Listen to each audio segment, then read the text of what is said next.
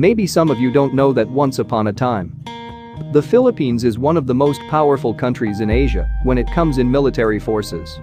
According to some research about the history of armed forces of the Philippines owned numerous number of fighter planes, jet fighter, attack helicopters, warships, a submarine chaser, war tanks, and one of the most advanced superweapons in Asia named Bongbong 1.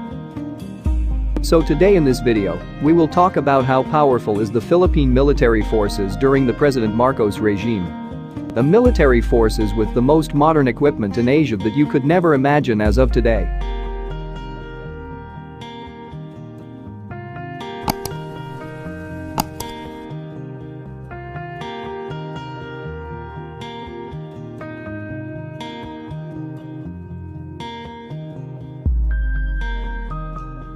According to some research, only 3 countries around the world owned VAUD F-8 fighter aircraft.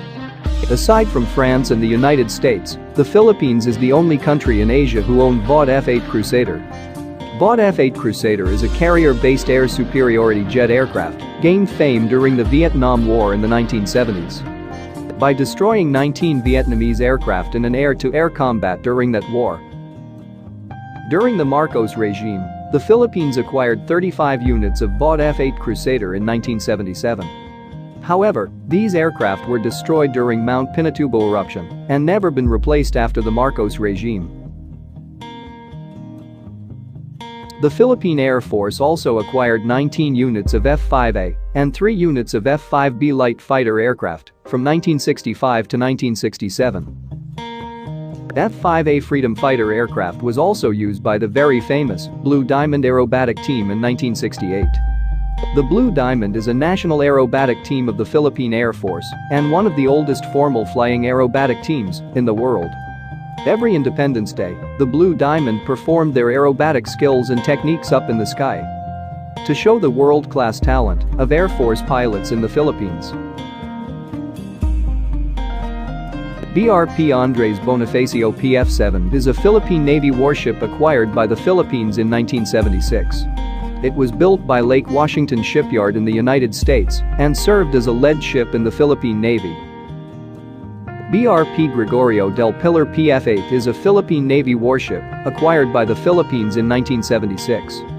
Just like the BRP Andres Bonifacio, it is one of the largest combat ship of the Philippine Navy during that time. BRP Diego Silang PF-9 and BRP Francisco de Gohort are the other warships acquired by the Philippines in 1976 and 1979. However, after the Marcos regime, these 4 large warships of the Philippine Navy were discarded and sold as scrap. The Philippines also acquired 4 warship destroyer escorts. The BRP Raja Lacandula PF-4 in 1976. The BRP Datu Kalanchao PS-76 in 1967. The BRP Datu Sikatuna PF-5 in 1976. And the BRP Raja Humabun PF-6 in 1978. Fleet minesweeper like the BRP Datu Tupas PS-18 in 1975. 2 coastal minesweepers, the RPS Zambales and RPS Zamboanga del Norte in 1979. 2 minesweepers, the RPS Davao del Norte and RPS Davao del Sur in 1979. 2 submarine chasers, the BRP Nueva Vizcaya in 1968 and BRP Negros Oriental in 1976. 26 units of amphibious warfare vessels, where some of these units are still active until now. And a hospital ship, the RPS Hospital Nang Tulungan in 1975. During the President Marcos administration, the Philippine Army has a secret program named the Santa Barbara Project. A secret project where the Philippine Army is developing a locally made missile called Bongbong 1. The Bongbong 1 missile has a 12 kilometers firing range, and it was built by the Filipino scientists with the help of German engineers and scientists. From 1972 to 1980, these missiles were successfully tested 37 times in Caballo Island.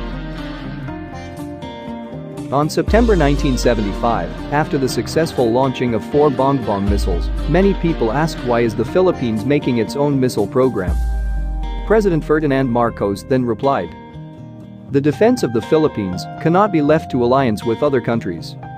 We must assume that there will be contingencies where even the United States may not be ready to come to our assistance." During that time, the Philippines had already a successful missile program, while China was still developing its first missile program. There's also a report that President Marcos had an underground submarine program together with his missile program. However, after President Marcos' regime, all of these military programs were disbanded and abandoned. According to some military and defense experts, if the past administrations supported these military projects, maybe the Philippines won't suffer from bullying today.